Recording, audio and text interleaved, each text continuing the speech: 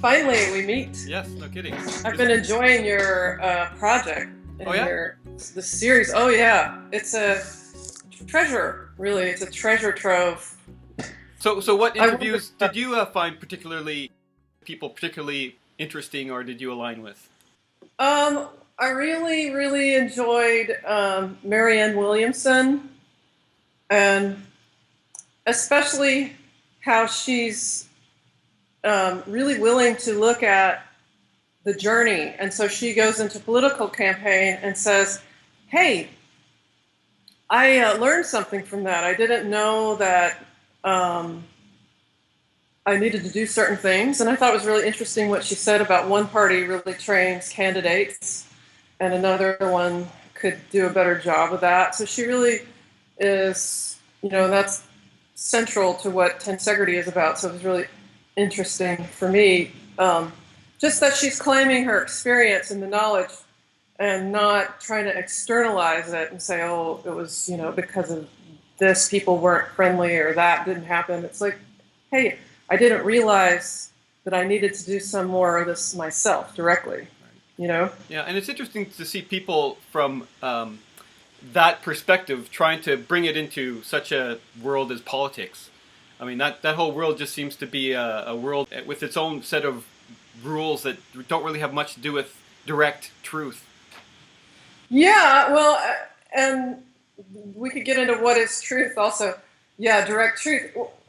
I don't think that was an ending with Marianne Williamson. I have a feeling it was a beginning. She said, even if I'm not the candidate, Right. I'm going to support other candidates. And it just was a beginning of a new, to me, that's a new time. When you have someone like that who's running for office. She was really close. I would have, I could have had the pleasure to vote for her, but she's one district away from my voter registration. But I saw, locally that campaign, and it was very exciting. I really enjoyed Bruce Lipton also. Just his absolute joy about what he's sharing, and also there's so much richness, and our biology is such a vast, intelligent, Right.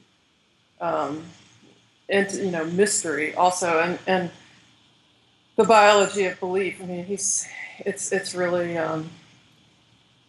so much in there. I almost can't really summarize it for you. Yeah, but it's interesting. Like I was saying, it's interesting that all these people from different perspectives, whether it's a biologist, a scientist, a politician, even though she's not necessarily a politician, they're pointing their light into all these different areas and bringing it to a more expansive, from my point of view, a more expansive idea of what it is, whether it's biology or socialism, social, whatever politics is. Yeah, and I think that's really, if we look at what the opportunities in our day and age, our time, Mm-hmm. it's that kind of convergence that I think is going to really make the difference Right. for human beings. It's like, can we integrate diversity? And that's what you're really showcasing. I think it's really exciting. Actually, I'll ask you one more person. If you saw Jose Luis Parise, did you see his interview? I saw a bit of it. And I saw you guys were talking about the ego and shamanism, and he's a psychotherapist, of course, so he's going to have a different thing. That was interesting, though. I mean, I could say something about that now for you if you want. I mean, first, Carlos, we really weren't talking so much about the ego. I thought it was interesting that he was saying that there's this warrior's way, and it needs to be clarified. We're at war against what? Right. And he, says the ego, and I'm like, that's very interesting, and I think there's some truth to that. For me, where we have to be careful, and he said it also, is if you start battling something, it's going to get bigger. And then the other issue is, for us, what is the ego? And he's got all the training to talk about that. Carlos would talk about the self, and he would talk about the me mind, and there's a little me and a bigger me. And so the self is really, Don Hahn would say the self is at the core of everything that's rotten in human beings and everything that's sublime. So if we're not trying to get rid of the self, I think he said that too. I agree with him. We're not trying to get rid of an identity. We're just trying to get some other options and get around it. If you don't have any sense of self, how are you're not going to be able to show up to work or feed yourself, take care of yourself and take care of this vehicle and do anything for anybody if there's no sense of self. There has to be some passion about what you're doing, all that stuff. That's what was enjoyable about Bruce Lipton also, now that we're getting into it, is the way he was engaging with that. And he had that eureka moment. Marianne was saying, no, I don't go for the eureka moment. And that's really great. There's a spectrum of different experiences where we start to become aware of something that's bigger than us. Right. And so for me, it's been in stages. There's been different stages where it opens more. So that's the privilege if you get to follow a path. Is that you go through the story. You go through the linear story and all the things that happen in that story. And the nonlinear story too. Right. How, that you got the wheel of time as a description that the seers of Don Juan's line gave to time and experience. So you'll find yourself maybe spiraling through certain things. Oh, this is another turn, and wherever you are seems like it's infinite, because in that realm it goes on forever. But if you can shift to another layer of that wheel, that always has been and will be, and so on and so forth. That's infinite too. So, well, let's get started, and we'll cover all these things in a more in a more direct fashion, perhaps. So, the first question, as you may have guessed, is how would you describe the state of the world today? The state of the world. In order to describe that, I want to talk about fear, and I'm going to talk about this tradition has something we talk about, dreaming, the art of dreaming. And one of the key premises is the art of dreaming is the art of attention. And so dreaming is a very active process of how do we engage our attention. And if our attention is going to fear, then we could be doing something that you could even call nightmaring. We're not really dreaming if it's all fear, fear, fear. You read the news and you're seeing all these things that can create anxiety. What happens to the nervous system? We get into we can get into sympathetic overstimulation. Overstimulation of that aspect of the autonomic nervous system. What happens to our gut if we're really focused on fear all the time? Well, the gut gets tight. We'll tighten up. We'll start to get into these very defensive postures and positions. And the premise of this lineage is that what you embody is also directly related to what you perceive. So if I'm doing this and I'm getting into fear, and it could be a subtle version, then I'm not really able to access the heart very easily. I mean, you could see just on a physical level, we're cutting off the link between the gut that has this, all this gut feeling, gut sense, this, and okay, forget about the heart when you're in that position. So if I can just literally on a physical level lift the sternum, get connected. If I'm sitting in the sitting position where it's easier to crunch down and disconnect, okay, how can I be in this position that we spend so much time in our day-to-day and allow that flow of this kind of older intelligence of the gut, an older nervous system, and the rest of my being, including the heart. Then I can start to relate. So the state of the world, the world it's a really big thing, but we can talk about one aspect is maybe we emphasize the fear too much, and we could emphasize love, we could emphasize joy, we could emphasize learning, we could emphasize sharing. There's so much more. We have, that's, Carlos Castaneda wrote about the art of dreaming, and the culmination of that description, he's coming to love is the highest form of intelligence. It's Carol Teagues that's saying that, his colleague. Don Juan taught him to move with fear. Fear is what really gets the student to be motivated and to move and to shift and to change and to stay on the path. And she is saying, I dare to disagree, that there's love is greater than fear. And so that gets into what do we mean by love. I mean, we'll get there, but is that also a male-female dynamic? I mean, does a male need to be kind of dealt with a little bit differently than a woman would on that route towards awareness? Yeah, well, there may be some tendencies. What really, and that gets into my journey with this, male, female, what is a male, what is a female, and it's really up right now in the collective awareness, what is a man, what is a woman. Definitely there'd be some differences with different students and the way they were taught in this lineage. Whether that's strictly male, female I'm not totally sure about that. It would definitely be part of Carlos's experience that he's coming in with. He came in with a lot of, that kind of warrior mood to begin with. It's, and you could say that's a male construct, but there are for sure women that will come in, start on the path of knowledge, and it's going to be much, combat based for them too. Maybe the issues are different, slightly, but it's really, I think, more an evolution of human beings, away from fear, into love. Some people would call that, we're embracing the feminine. The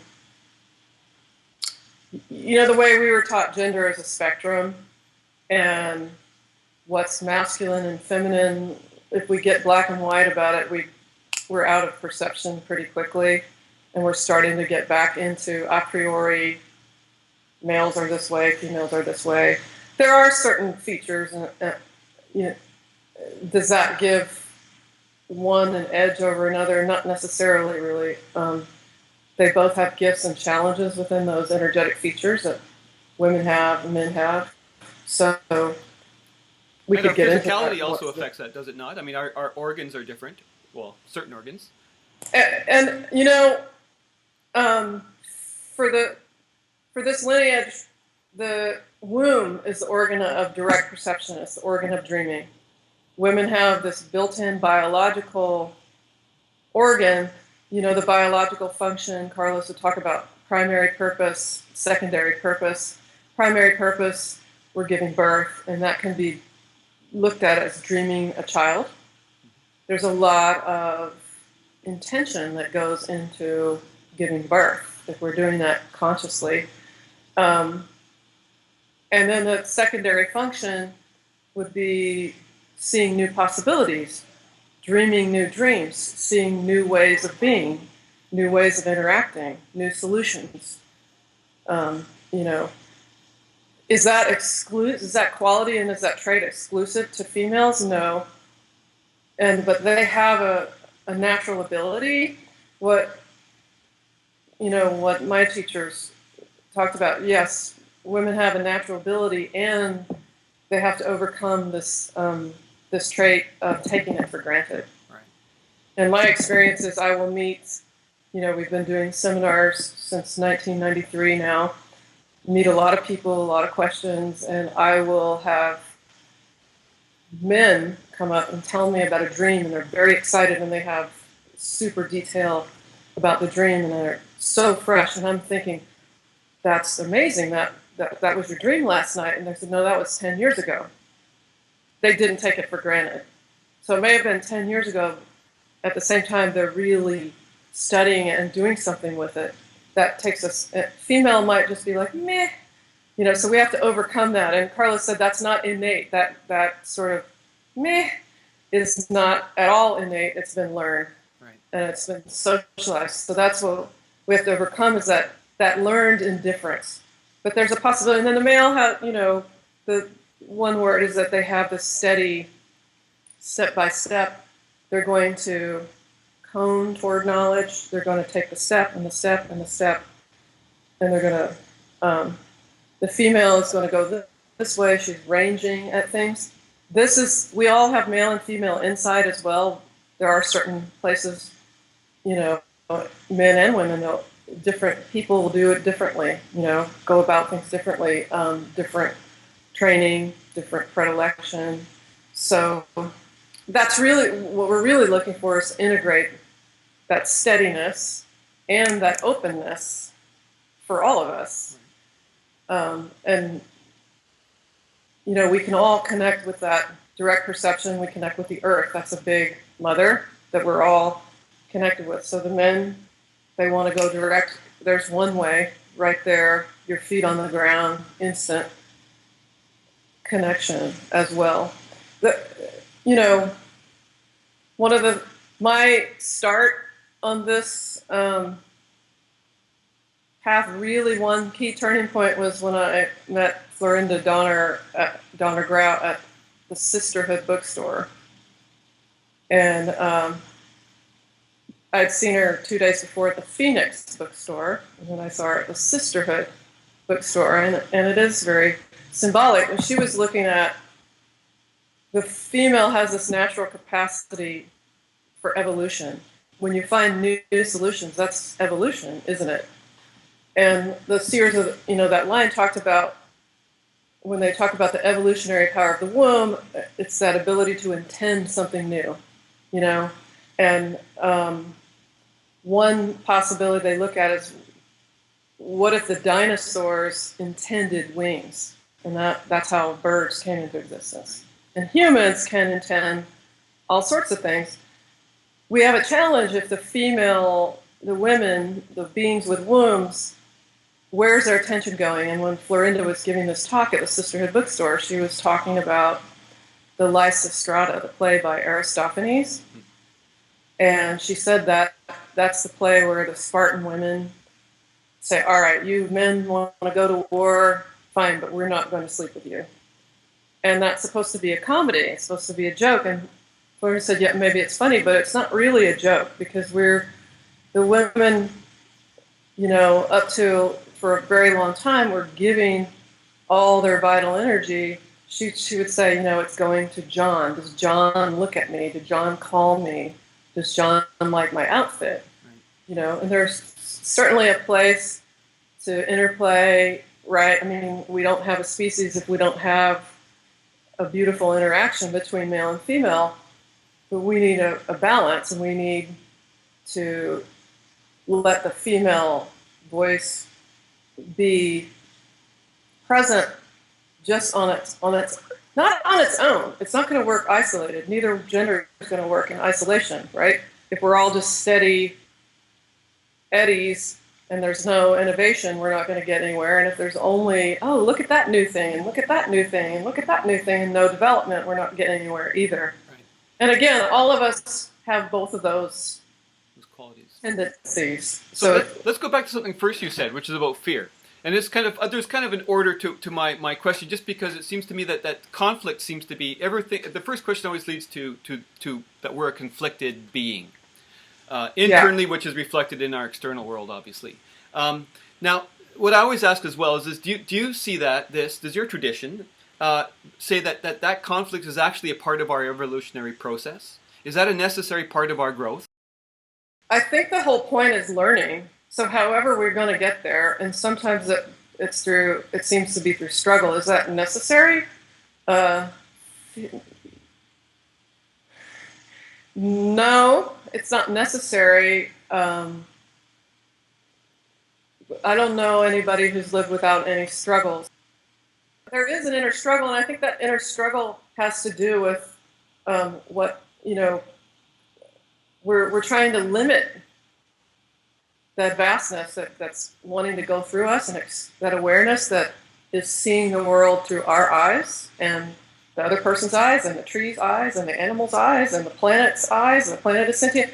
And it's not, through their senses, through their perception. If we're trying to narrow it down, that is going to create a conflict. And that's inevitable because there's some part of us that's always, at some point in our lives, if not several times, it's going to crash. And we live It's not going to work because that expansion is going to be bigger than this little thing, and it's not going to wait for us at some point. Does that make sense? Yes, it does for sure. And it seems like within that the void that you're talking about, perhaps, we live in this bubble of polarity. And do we require to experience the heights of joy? Do we have to experience the heights of the lows of pain? In other words, is it that polarity and that contrast that really allows us to understand what possibility is for expansion, basically? It seems to be that, some people call it contrast. Right. Yeah, there's all sorts that is how we sometimes choose. It's also, if you're looking at awareness and aligning with the greater consciousness that you have, which this lineage would call the energy body or the energy being. If you are disconnected from that, that can teach you also, okay, that pain that you're going to feel will make you even be more determined. And sometimes for some of us, that's what's necessary. Some people have to hit the wall. And Carlos would say, sometimes you have an advantage if you've really, it hasn't worked for you. You come to a point in your life and there's failure. Failure is a great teacher. Does it mean that we consciously aim for failure? Of course not. He's like, hey, let's aim to succeed. Why not? But whether you succeed or you fail, you learn.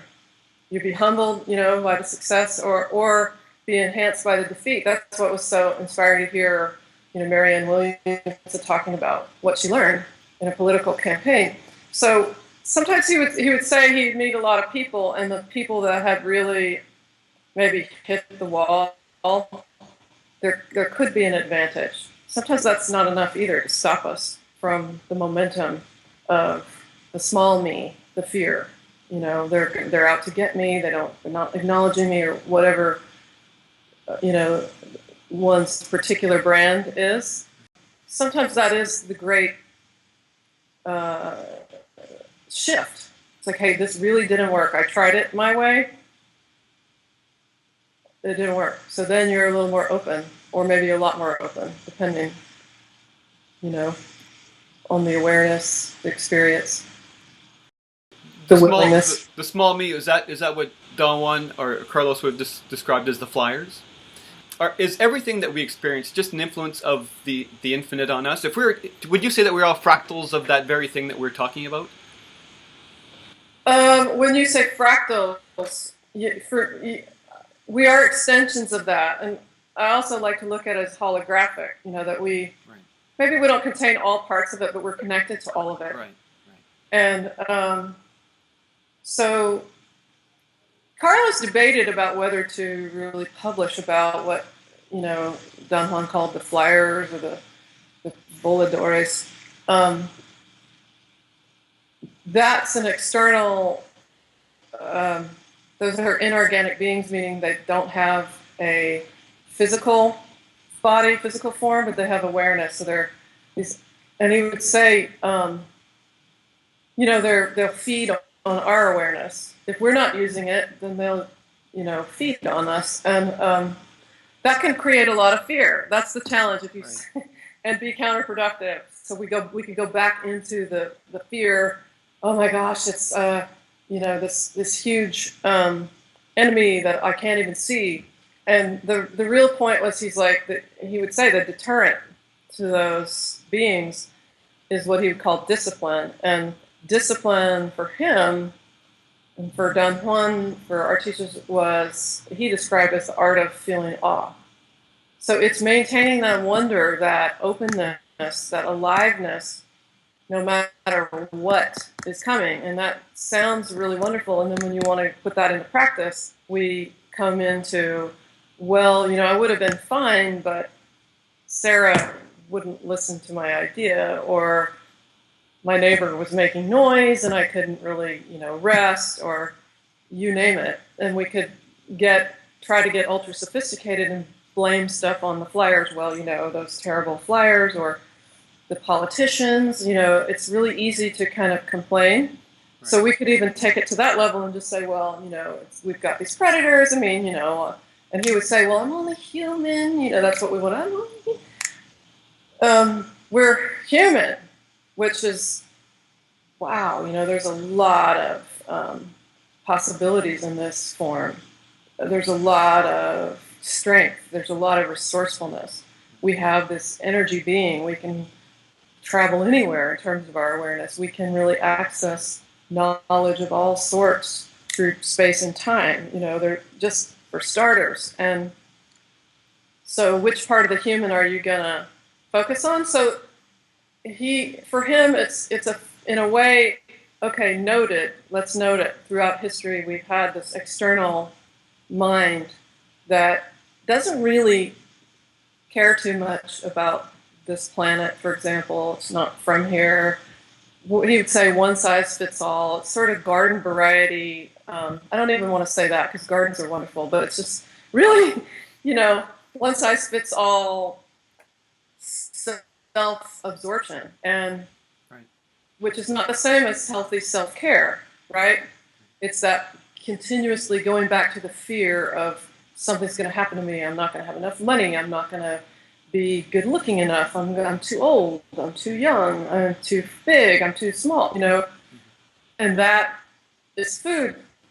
They don't control, any. But it still goes back to those external forces are not really the deciders. We are. Right. So if we don't indulge that, shift your focus somewhere. Take a breath. Exhale. First, before you take the breath, release a breath. And then you can get some fresh new air, some inspiration. You can go back to that state of wonder, of awe. And it's not necessarily a state of spacing out and there's, don't bother me, I'm in awe. Right. No, but it's just the absolute beauty and precision of everything that's coming our way. It's really a mirror to our vibration. So, he said that if you get past that particular predator, there's other more sophisticated ones waiting. So we can even have humor about that ultimately. It's like, look, can we be accountable for how we show up for things? Did I show up kind of helter-skelter and everybody else had to help me get there and then they didn't really do a good enough job? Or did I dream it? Did I know there's certain things I need to do, or rest, nurture, those types of things. Did I show up connected? Humans are waking up also. It's becoming more extreme. Some people are getting past that program of let's be in fear and blame and all that. There's a rising consensus to go away from it and get out of that. But what's also important to emphasize is that that's not by any means the only kind of inorganic being out there. And that's going right back into the fear, is to just project onto things that are unseen in the daily world that, they're all scary. That's coming from us, really. Right. It's coming from some of the choices that we make, and it's not to be blaming ourselves either, but we have the power really to step out of that, to exhale and let something else come in. Would you say that there is a universal intelligence or a grand design? There's definitely a universal intelligence that underlies everything we do. They're called it, it's many names for it in this lineage. One is the intent of infinity. Something that connects to everything in the universe, and it's expanding. So the universe, infinity is not, we call it infinity, but it's not complete. It's as we expand our awareness, we meaning sentient beings, organic and inorganic, really, if we want to go there, it expands. so we're extensions of it, and the that might seem to be a question of belief, but for this lineage, it's a question of practicality. Carlos would say, "Don't take my word; find out for yourself. See what happens if you consciously call intent, and notice what comes. What comes." And it's astounding for me. And it can be something really simple. It can be the parking space or the birthday gift for your niece or your nephew. That, okay, I'm going to pause, take a breath. I really want to find the perfect or something that will really speak to their heart, and get out of the way. And then you'll get an impulse. We'll call your sister. She knows what they want. Or go over here. Go to that library there. Or you'll find, you'll start getting impulses. Or someone will just call you up and start talking about this science kit that you didn't know about. Just something that simple. Where's that coming from? For this tradition, it's you connected your energy body, which is like another. You have a luminous sphere that surrounds and goes through this body, and then you have another smaller, compact one they call the energy body. And that energy body is a great scout. You can, go ahead and find things for if you ask, because it can connect to everything else. So it can connect to that greater intelligence directly. What are the steps for a person that's not got someone to tap them on their shoulder and to move their sandwich point to see it all in an instant? What's the steps from your point of view to get that all in alignment, to get the energy body working? It's interesting that you mentioned the tap on the back, because especially when we first started teaching workshops, people would say, "Hey, but you have someone to tap you on the back," and actually we didn't. Carlos did. But that was Don Juan's time, and it was his way. He was like, "I don't have that much time. I don't know how much time exactly I have, but I don't have too much." And he had to kind of put the knowledge of his whole lineage into these students in a short time. And he said the lineage ended with them. There's no, leader and party, and someone's going to tap you on the back. They decided to just open it out, and the keys that they brought out are the practices, the Tensegrity practices, like the magical passes as one. Those are designed to help us, first and foremost, shift the breath. Again, it goes back to the breath. Our orientation to the world is really tied into our breath. And if we're bracing in fear, we're not breathing very well, of course. And so that's a first step. Can you practice? It helps tune your energy fields. It also helps to just get the lymph flowing in the body. We don't have, we have all this water flow that should be happening, but a lot of times we've stopped it because we're sitting, or we're maybe eating things that for us personally don't really jibe, or we're thinking kind of stagnant thoughts. This is one unit. It's not separate. What we think is what we embody, really. And so they go together. So if we can shift, we'll have practices of you're mapping the body, waking up these centers that are physical centers, but they also correspond to energetic nexuses that get the energy flowing in the whole body, in the whole luminous body. That opens us up. Now the energy is more available for some other possibilities rather than fighting other people, thinking that if I could just win my battle against, John or Susan, I'm going to be free. It's not really where the battle is. So we can get into that. But that's where the practice they call the recapitulation or the life review comes in.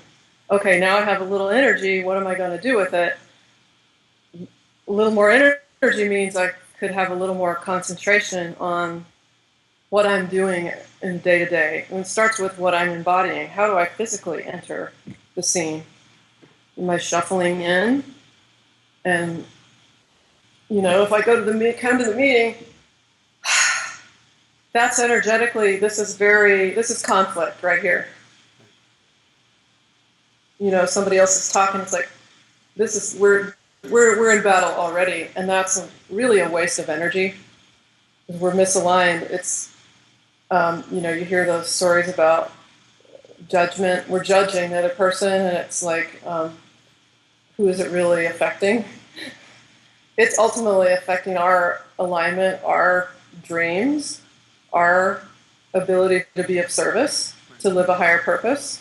So those practices, the Tensegrity movement, the self-review, silence, those two can also help you get into silence. Dreaming, which means that we're looking for openings in our conscious waking awareness, and also at night when we go to sleep. How do we enter sleep? Can we do it in a way that we can actually recognize I'm dreaming?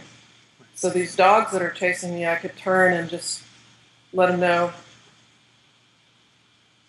back off, or this really interesting text that I'm reading, maybe I'll write it down when I wake up, because we always think we're going to remember, but if we're conscious that we're dreaming, you might pay extra attention, and you have a better chance to remember, or it's endless. But those are the main practices. Decision is another part, and that's what Carlos said. He said, it's not in my nature, it's not the way he did things to push your back and move your point of orientation. Right. He's like, it's your decision. You have to decide that that's what you want to shift, and these practices, you can do it, and you consistently over time a little bit. Also, we have the opportunity to practice together. That creates shifts that weren't available in prior times through that means. So they had to maybe do other things, but it was a hermetic. It was secretive. It was a secret tradition. So you didn't have large groups of people practicing together. You didn't have a seminar with several hundred people looking at their life, a specific aspect of their life together. And so another practice that ties all those together is something that he called theater of infinity. It's something that evolved through the lineage. Especially there was in Noel Julian, who was an actor before he, got involved with this lineage. Noel meaning somebody who has a direct contact with the energy body and who has taken up this training, this seer's training, these practices. So theater of infinity ties it all together, where we're looking at what part am I playing? And maybe there's certain roles that we maybe repeat, one or two roles, and really our nature as human beings, our capabilities are playing many, many parts in our lives. So, I have specific parts that I will play. We could get into that, or we could get into that later. Over time I get to learn, that's really repetitive. And I'll go to battle to keep trying to play that part. And it's not taking me anywhere. That's what we would call the theater of the finite. I'm going to repeat. And it's really different expressions of fear. Right. So in my case, the example would be, Carlos would say early on, we would be meeting to practice Tensegrity at a studio together, he and his female colleagues and his students. And he would tell the whole room, Nyei thinks she's a genius. And I said, why is he saying this?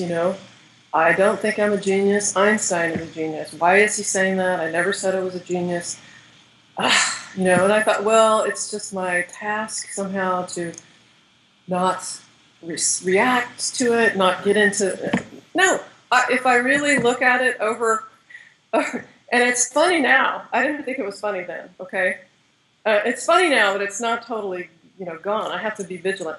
But what if I really look at what I carried into the room, I expected to be listened to. And I expected people, and I really thought I was right. And I had pretty much zero doubt in any topic that you bring to me. I could quickly grasp it and have an opinion on it. And that is ultimately, if the goal is expanded awareness, it's an insane stance, you know? So this part of the genius has certain physical postures that go with it. It has certain breath patterns. It has certain inner dialogue that goes with it. And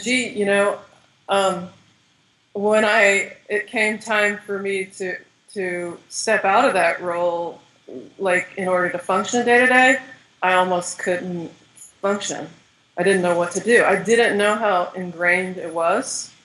And there's been stages of that over time. There's still, days I'm like, well, why doesn't she want to hear my insight? Right. Because that's not the part to play today. The part would be maybe let's expand the repertoire. A really great actor will be able to play different parts. So what about the part of enhancing someone else's idea? And in my case, especially another woman's idea. We're back to the sisterhood bookstore. So that's something, that's a theater of infinity. My old role would be to be kind of overtly or covertly really edging one way or another that I'm going to get whoever I think is the dominant male in the room. I'm going to be number one. I'm going to get their attention one way or another. And for me, it was through verbal stuff. I learned to read early, and that's what he said. She thinks she's a genius because she could read when she got to first grade. And I thought, oh, he exaggerates. He didn't. He didn't. And he has a great sense of humor. He wasn't running me down, and he didn't do that. That was not, he wasn't running me down. He just really, if he took you on and he wanted to help you, that he couldn't do a push in the back, but he could reflect to you. Right. He cared enough in that sense to give it a go. Let me give that reflection. It was a real quandary for me because, this is somebody in front of you that by the time I met him, he's a very seasoned, very conscious being. He had more energy than anybody around him. I don't know how old he was or wasn't, and I really don't care. It's not my concern, but he had a ton of energy. He was working on several books. He did, there were 3 books that came out in the last year of his life. I worked with him on those books, and he had a whole garden that he cultivated. He had all people that he was. He didn't call himself a teacher, but for want of a better word, we'll say students. He who knows what else? Okay, I'm just sort of saying. So, and he did it all impeccably with great enjoyment, great flair, great precision. And he would always tell us that too, to have a ball, have a ball. We're going to a seminar and we're teaching for the first time, or it always seemed like the first time because there's always something, whatever the topic is. Yeah, and he would say, have a ball, just enjoy yourself, pink. And he did. So how can we do that? It's just a little step at a time. Being aware, practice some breathing, exhale longer than the inhale, do some breathing magical passes, or Tensegrity movement is another name for them, that name inspired by Buckminster Fuller. Look at where we're engaging, it's that tension, which means engagement and release in the body. The movements have you do that. You're engaging and then releasing, and then if you do it enough, the idea is that that's going to transfer to your day-to-day life where you're not going to just try to be on. So that tension and release is what creates the energetic integrity, rather than I'm just going to be engaging, or I'm just going to be totally extreme and be off and not disengaged. It's that interplay of exhale, inhale, listen, respond. So is it that contraction that gives you your first clue that you're reacting in a way that's the little self? Sometimes it's the contraction. Sometimes I'm not going to be that alert, and I'm going to start getting into a story of how somebody is pressing me, and they are my petty tyrant, which is a great term, the petty tyrant who, that's the term that, Don Juan talked to Carlos about, somebody in your life who drives you to distraction. Right. And that's a really good description, because they'll drive you to distraction from your purpose, from your alignment, from your joy. So the fun part is that, if I start having a story like that, then I get to know, okay, let me check my breath. It's okay. Hopefully I'll exhale pretty soon. Sometimes I want to just keep going and I want to tell somebody else, no, but look at what he's doing, or she or them, and then hopefully you catch that somewhere in one of those elements. The dialogue might be what you notice, where you start going into, it's just, there's no point, who's getting misaligned. It's a lot of times it's this first, right, and then that'll pull the rest of this with it. What Carlos was looking for with Tensegrity is that we are going the other direction, that if there's one part of us that starts to wander, that integrity of our practice, meaning our presence, our awe, will pull that back into line. So if I'm present, then I'll start going, oh. I've been, quietly, maybe for an hour or for a month or for a decade, judging somebody on something. Sooner or later, I need to recognize that's really about me. They may or may not be doing whatever it is I think they're doing, but for sure it's something that's a blind spot for me if it's driving me to distraction. Why am I so obsessed with that? Because it's my unseen part. So they gave me a gift ultimately, that they pushed me to drive me to consciousness. From my impression from the books is that Don Juan achieved third attention, whereas and Carlos being the putting the golden clasp on that lineage was to reveal it all to the world. So like you say, that kind of secretive nature that they sort of sprung from due to the time that they lived in and came from. It seems that this is a time now for everything to be out in the open. Would you agree that that's what you've taken this lineage to? Yeah, that's absolutely the case, and it comes right to the theme of this whole series, is the state of the world. And Carlos, Florinda, Donna, Taisha Ablar, Carol Teagues, and his colleagues, who are my teachers and the teachers of my colleagues, they were all in different ways, made the statement that this is not the time for secrecy. Look, the clock is ticking. Carlos would talk about it's 11:45, and then he would say, it's 5 minutes to 12. There was one time where he would talk about other species are evolving faster than we are. It's not the time for secrecy. It's the time for openness, and if we have some tools that can help humanity, by all means. That was their gift, their gesture, is to bring it out. And so that's how the development of Tensegrity came about. Carol Teagues was talking, looking with Carlos and saying, we got to bring out the movements, because people would go and listen to lecture and find it maybe enchanting or exciting or interesting, but no, didn't seem to give them a ground to integrate a new perspective into their daily life. So they find, okay, let's see if movement shifts people. Movement, just moving, we can get into movement and overdo that too. The mind can take that on and let's move till we drop, and I'm going to kick higher than you, and miss the point again. So they take that risk. That's part of what they saw when they brought it out is, okay, but then some people are just going to get fixated on that. But maybe some people catch a little more energy and start to take on the self-awareness that it gives you the chance to do. And it's an awareness of, on a moment-to-moment basis, like you asked, are there moments where you become aware, you've shifted into a position that's going to be fear-based, the theater of the finite instead of the theater of the infinite.